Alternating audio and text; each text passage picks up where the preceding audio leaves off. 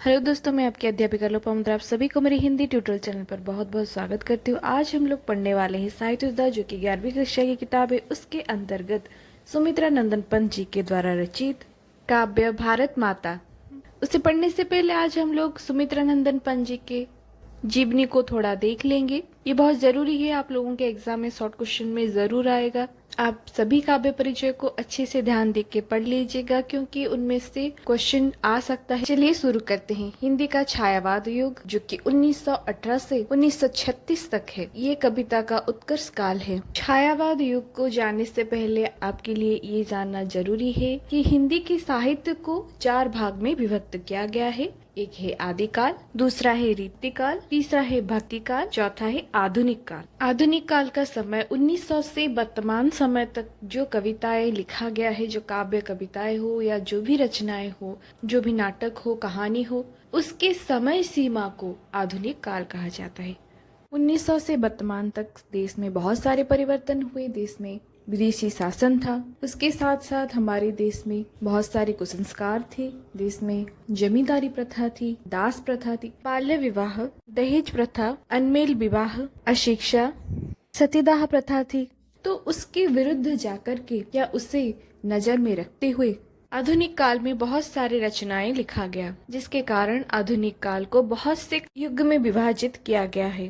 जिसमें प्रथम है भारतेंदु युग, उसके बाद द्विवेदी युग, प्रसाद युग, छायावाद, प्रगतिवाद, प्रयोगवाद या नई कविता और सरोठ कविता। इसके 4 गायकों ने 4 मुख्य स्वरों को मुखरित किया है। प्रसाद ने सौंदर्य, निराला ने पौरुष, पंत ने प्रकृति और महादेवी ने करुणा को वाणी दी है। इसके कारण उनके जीवन की परिस्थितियों में निहित है। सुमित्रा नंदन पंत का जन्म 1900 में हुआ और मृत्यु 1977 को हुआ। उनका जन्म हिमालय के सुंदर पर्वत प्रदेश कुमायूं के गोद में कोसानी नामक गांव में हुआ। माता चल बसी तो दादी ने पाला पोसा। मनोरम प्रकृति के आंगन अल्मोड़ा में शिक्षा प्राप्त की। इलाहाबाद के प्रख्यात सेंट्रल म्योर कॉलेज में 1919 से 1929 तक पढ़ रहे थे, लेकिन महात्मा गांधी के आह्वान से कॉलेज छोड़ा। स्वतंत्रता संग्राम के पक्षधर साहित्य की साधना में डटे रहे। स्वाध्याय किया। इलाहाबाद में 1950 में आकाशवाणी में कार्य किया। शुरू किया सुकुमार कल्पना के साथ प्रगतिशील यथार्थवादी होकर जनजीवन का विषय उठाया और अंत में अरविंद दर्शन में डूब गए। इस प्रकार वे कविता को नई नई भवभूमियों पर ले गए। उच्छ्वास, ग्रंथि, वीणा, पल्लव और गुंजन में प्रकृति के सुकुमार सौंदर्य के चित्र मिलते हैं। यहाँ कवि प्रकृति के सुंदरता से इतना आकृष्ट है कि नारी सौंदर्य को भी अस्वीकार करता है। पंत जी की ये प्रसिद्ध पंक्तियां हैं। छोड़ द्रुमों की मृदु छाया, तोड़ प्रकृति से भी माया, बाले तेरे बाल जाल में कैसे उलझा दूं लोचन। प्रकृति के प्रति प्रेम जताते हुए कहते हैं, छोड़ द्रुमों की मृदु छाया। द्रुम मने बड़े बड़े पेड़, तो बड़े बड़े पेड़ों के मृद छाया, मृद मने शीतल, बड़े बड़े पेड़ों के शीतल छाया को छोड़कर तोड़ प्रकृति से भी माया, अर्थात प्रकृति से अपनी माया को तोड़कर बाले, बाले मने हे बालिका, तेरे बाल जाल में कैसे उलझा दूं लोचन। बोल रहे हैं, इस सुंदर शीतल वातावरण को छोड़ करके, इस प्रकृति के सुंदर वातावरण को छोड़ करके मैं तेरे बाल जाल में अपने नैनों को कैसे उलझा दूं। मतलब यहाँ पर कभी प्रकृति के सौंदर्य को नारी के सौंदर्य से भी ज्यादा महत्वपूर्ण मानते हैं। मुख्य तौर से ये कवि प्रकृति कवि हैं। ज्योत्स्ना, युगांत, युगवाणी और ग्राम्य आदि में कवि भारत के जनजीवन को दिखाता है। कोमल कल्पनाएं, सहानुभूति और संवेदना, दुखी जीवन से व्याकुलता इन कविताओं में स्पष्ट है। इसमें योगी अरविंद की चिंतन की छाया स्पष्ट है। उत्तरा, काला और बूढ़ा चांद, युगपथ, दिगंबरा, रश्मिबंध में युग चेतना की झांकियां मिलती है। लोकायतन महाकाव्य है, जिसमें भारत माता के सांस्कृतिक जीवन के बदलते रूप के साथ लोकतांत्रिक चेतना पर बल है। शांतिप्रिय द्विवेदी के अनुसार पंत मनोरम कल्पना के कवि हैं। अन्य विद्वानों के विचार से पंत कोमल भावनाओं के पत्रकार हैं। नामवर सिंह पंत जी को निपुण शब्द शिल्पी मानते हैं। स्वयं कवि अपने कविता के बारे में कहते हैं, मेरा काव्य युग के महान संघर्ष का काव्य है। सच में पंत जी की वीणा के गीत आज के तुमुल कोलाहल में वीणा की झंकार जैसे सुनाई देते हैं। चलिए अब शुरू करते हैं। भारत माता।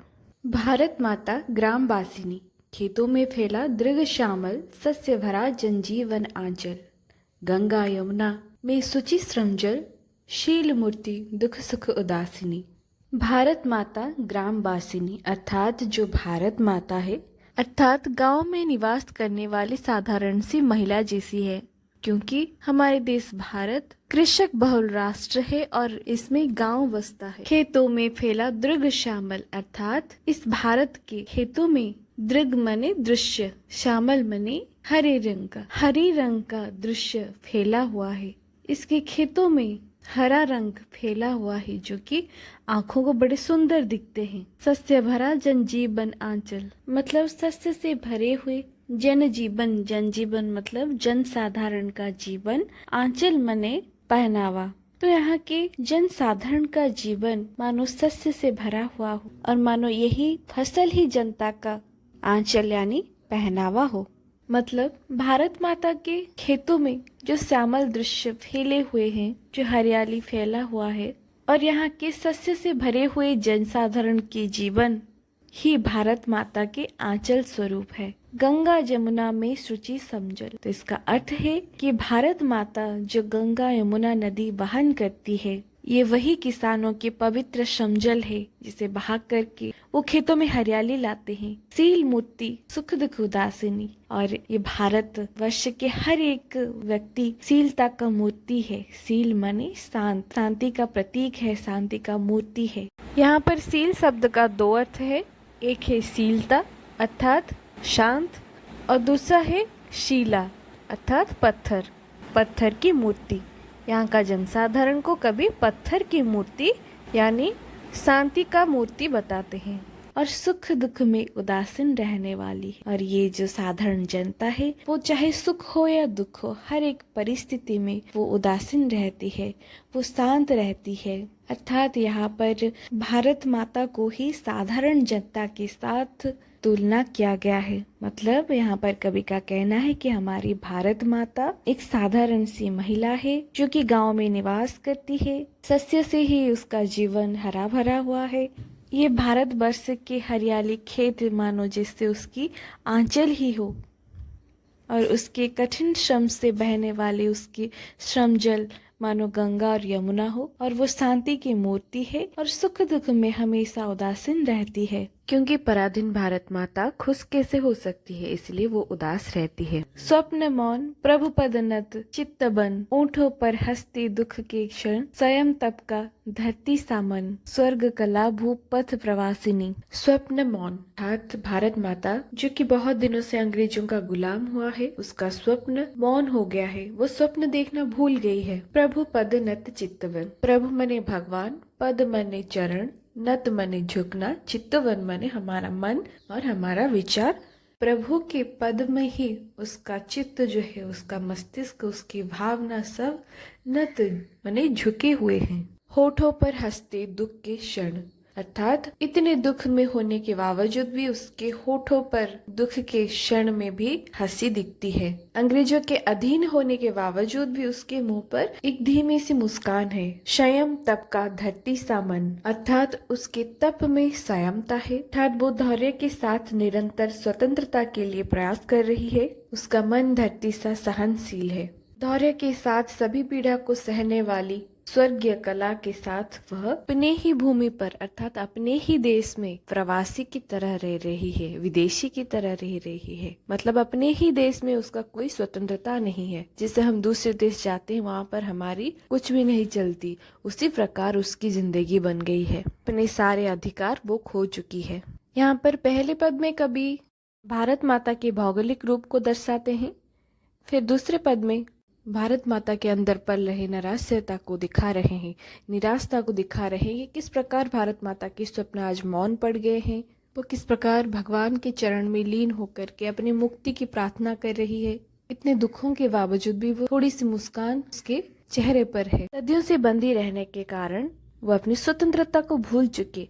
वो धैर्य के साथ सब कुछ सहन कर लेती है, वो प्रतिवाद नहीं करती, 30 कोटि सुत अर्धनग्न तन, अन्न वस्त्र पीड़ित अनपढ़ जन, झाड़ फूंक घर के घर आंगन, प्रणत शीस तरुतल निवासिनी। इस पद में कवि भारत माता के जनसाधारणों के चित्र को दर्शाते हैं कि किस प्रकार 30 करोड़ सुत माने 30 करोड़ मतलब जनता संतान भारत माता के हैं और जो कि अर्धनग्न है, जिनका तन माने शरीर अर्धनग्न है। अन्न वस्त्र पीड़ित है मतलब वो अन्न और वस्त्र उनके पास नहीं है और वो पीड़ित है, रोगाक्रांत है। अनपढ़ जन है और वे सब अनपढ़ है। झाड़ फूस घर के घर आंगन, यहाँ पर लोग आज भी झाड़ और फूस के घर बनाते हैं। झाड़ माने जो झाड़ियाँ होते हैं, जो डाल पत्ते होते हैं उनसे, और फूस माने घास, जिसे उड़िया में कहते हैं नौड़ा बा पाड़ो छप्परो घर।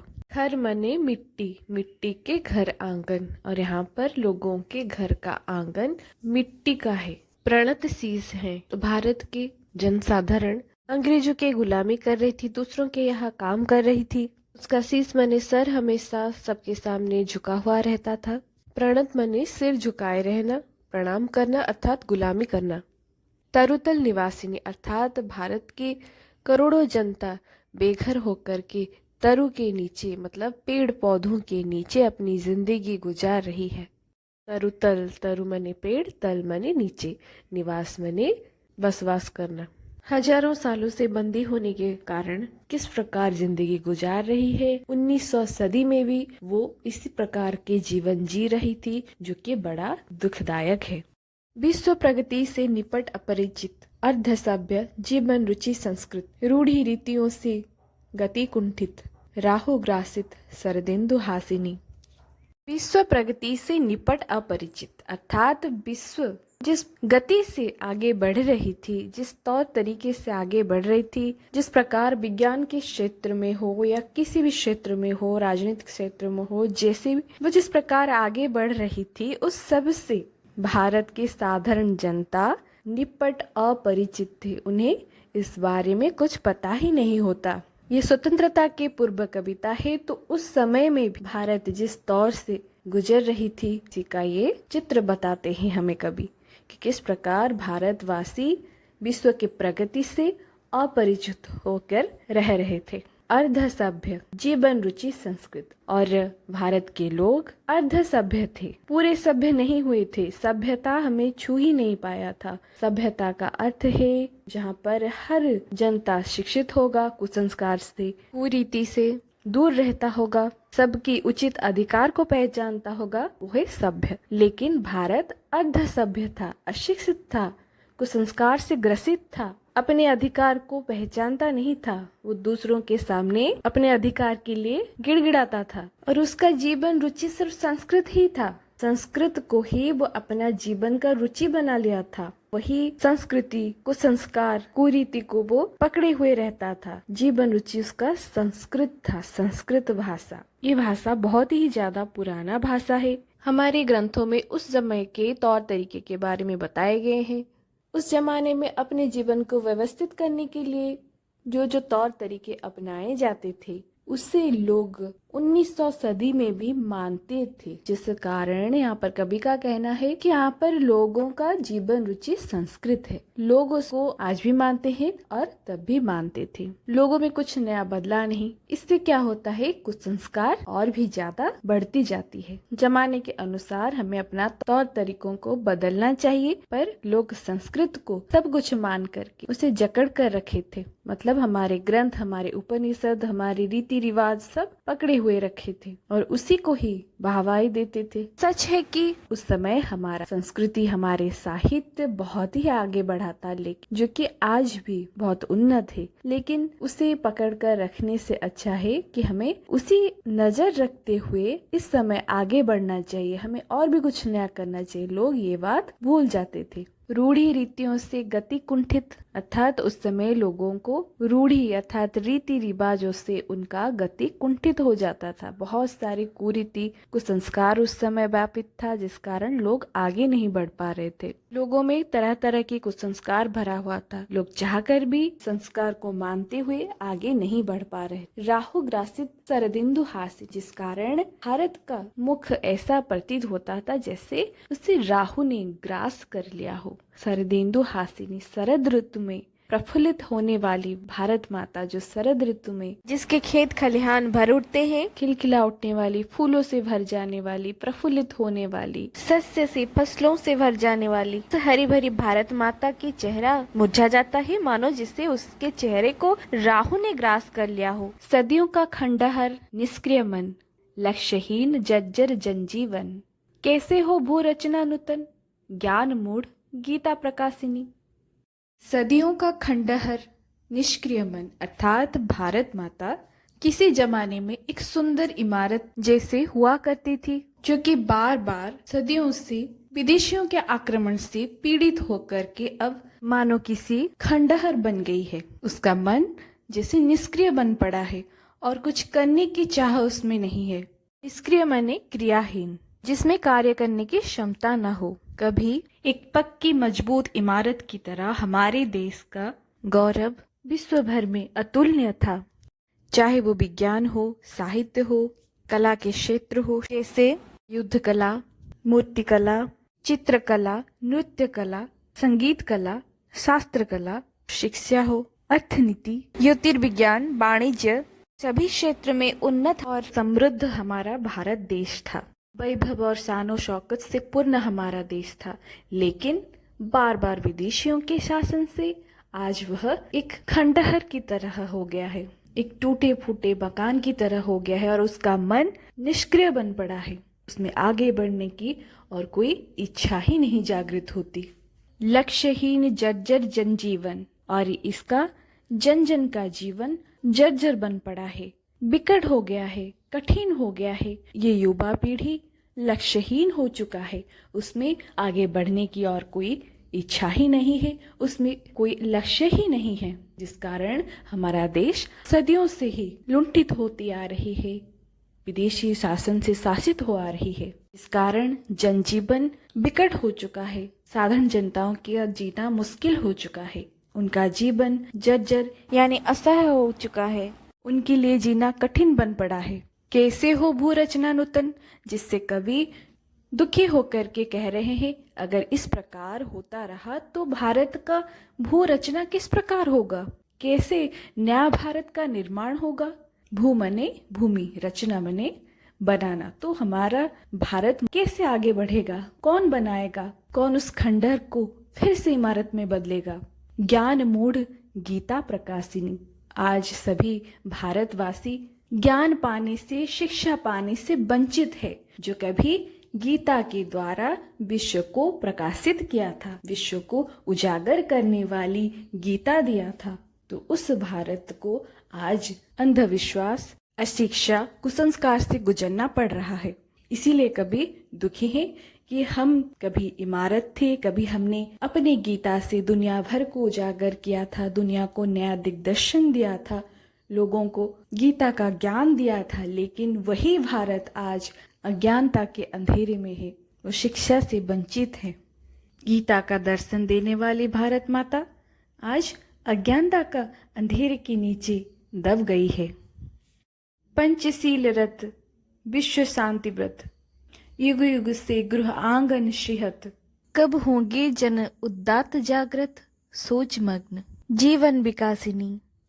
पंचशील रत, तो पंचशील नीति को भारत सरकार द्वारा चीन को प्रस्ताव दिया गया था, क्योंकि चीन भारत पर आक्रमण करने वाला था और भारत रहा बार बार विदेशियों के द्वारा आक्रमण होने वाला देश, जो कि युद्ध के लिए तैयार ही नहीं था। ना उसके पास नूतन युद्ध की सामग्री थे, ना उसके पास अधिक से अधिक सैन्य थे।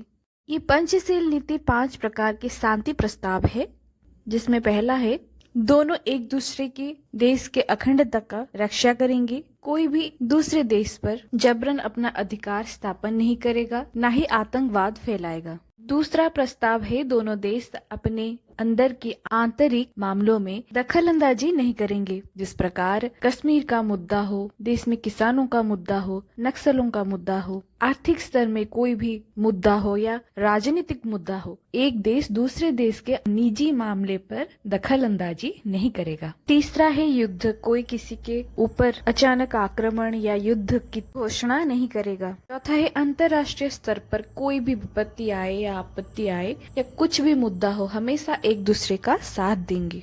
पांचवा है व्यापार में दोनों एक दूसरे का समान लाभ करेंगे, चाहे हम आपके देश में हो या किसी भी देश में हो, या आप हमारे देश में या किसी भी देश में कोई भी व्यापार करें, हम उसके लिए आपको कुछ भी तकलीफ नहीं पहुंचाएंगे। हमेशा एक दूसरे का लाभ और फायदे का ख्याल रखेंगे।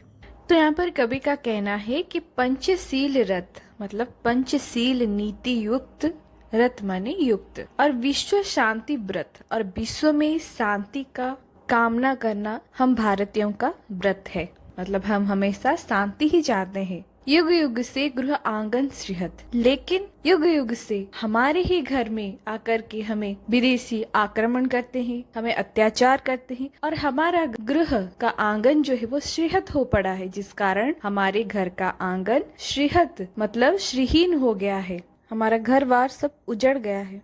तो कवि का कहना है कि कब होंगे जन उद्यत जागृत। तो अगर हम इसी तरह बिना युद्ध के शांति का प्रस्ताव सबके साथ रखते रहेंगे, अहिंसा करते रहेंगे, तो हमारा ही घर उजड़ जाएगा, हमारा ही देश बार बार दूसरों के द्वारा आक्रमणित लुंठित होता रहेगा। इसीलिए हम सबको मिलकर के उदात्त होकर के मतलब सबको एक साथ मिलकर के जागृत होने की आवश्यकता है। तो कवि का कहना है कि हमारा और कुछ बचा नहीं, हमारा घर तो उजड़ चुका है, तभी भी हम शांति चाहते हैं विश्व भर में। तो क्यों हम इतना उदार हैं, हमें क्यों किसी से युद्ध करने की ताकत नहीं, क्षमता नहीं। तो हम सबको मिलकर के इसके लिए प्रयास करना चाहिए, हमें सबको जागृत कराना चाहिए और जागृत होना चाहिए। सोच मग्न जीवन विकासिनी, तो इस सोच में भारत माता मग्न हो गई है कि हमारा युग युग से गृह का आंगन श्रीहत हो पड़ा है, हम पंचशील रथ और विश्व शांति व्रत पर टिके हुए हैं, हमें युद्ध करना नहीं आता, हमारे पास सैन्य नहीं है।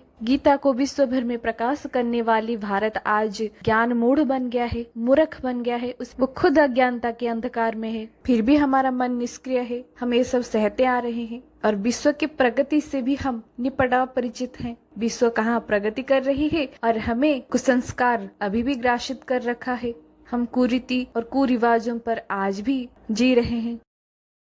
भारत के करोड़ों जनता आज भी अर्धनग्न जी रहा है, पीड़ित है, अनपढ़ है और घास फूस के घर में रहता है। इस देश की जनता बेघर होकर पेड़ों के नीचे सो रहे हैं। हमारे मन में कोई स्वप्न नहीं है, कोई जिज्ञासा नहीं है, ना हम अपने जीवनचर्या को परिवर्तन करना चाहते हैं। हम गांव में निवास करने वाले भोले भाले जनता हैं, ये सच्चे ही हमारा सब कुछ है। हम क्यों सील के मूर्ति बने हुए हैं, क्यों सब कुछ सह जाते हैं, क्यों दुख सुख में उदास होकर के जीवन यापन करते हैं, हम आगे बढ़ने का प्रयास क्यों नहीं करते। तो इस सभी सोच में भारत माता मग्न है कि कब ये सोई हुई जनता जागेगी और अपने देश की उन्नति के लिए प्रयास करेगी।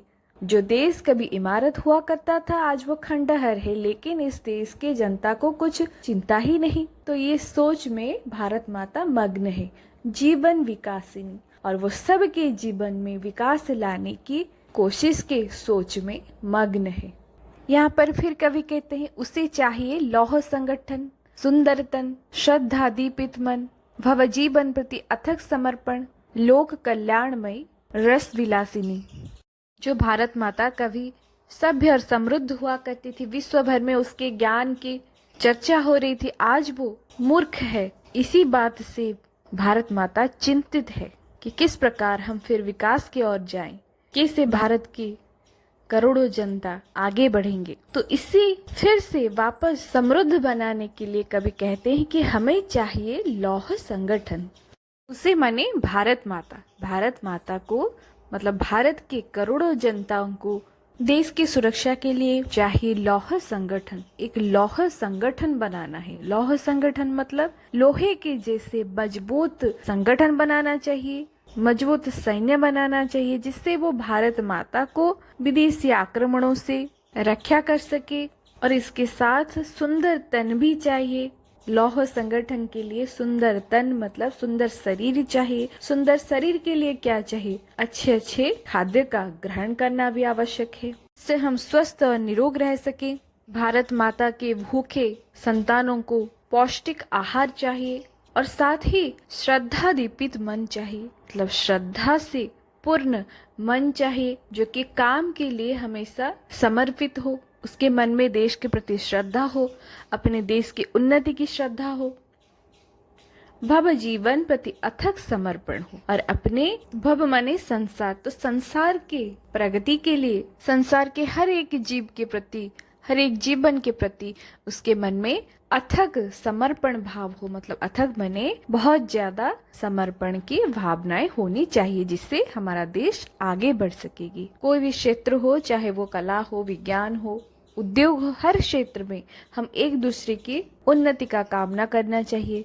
सब एक साथ मिल करके देश की उन्नति की इच्छा करनी चाहिए। लोक कल्याणमय रस विलासिनी, हर एक व्यक्ति का विकास हो, हर एक व्यक्ति का कल्याण हो। इस देश के हर एक व्यक्ति खुशी से जीवन यापन करे, ना ही कोई पेड़ों के नीचे या झाड़ फूस वाले घर में रहे। और सबको पौष्टिक खाना, स्वस्थ शरीर मिलना चाहिए। इस देश को एक लौह संगठन की आवश्यकता है, एक कठोर सैन्य वाहिनी की आवश्यकता है, जिससे इस देशवासी आनंद से जी सकेंगे। अपने संतानों के कल्याण से खुशी होकर के भारत माता खुद रस और विलास के साथ उल्लासित होकर जीवन जी सकेगी। अर्थात हर एक व्यक्ति खुशी से जीवन जी सकेगा। रस विलासिनी, रस मने आनंद और उल्लास से, विलास मने विलासित जीवन, ऐश्वर्यपूर्ण जीवन जी सकेगा। तो कभी भारत माता को समृद्ध देखना चाहते हैं, शक्तिशाली देश देखना चाहते हैं, भारत माता को विश्व के दरबार में सिर ऊंचा किए खड़ा हुआ देखना चाहते हैं, तो कवि का इस कविता में यही कामना है, यही मुख्य उद्देश्य है कि हम सबको अपना आलस्य भय त्याग करके आगे बढ़ना चाहिए और देश की प्रगति का कामना करना चाहिए और निरंतर प्रयास करते रहना चाहिए। आशा करती हूँ आप लोगों को ये विषय समझ में आई होगी। अगर ये वीडियो अच्छी लगी हो तो कमेंट करके ज़रूर बताएं। वीडियो को लाइक शेयर करना मत भूलिए। धन्यवाद।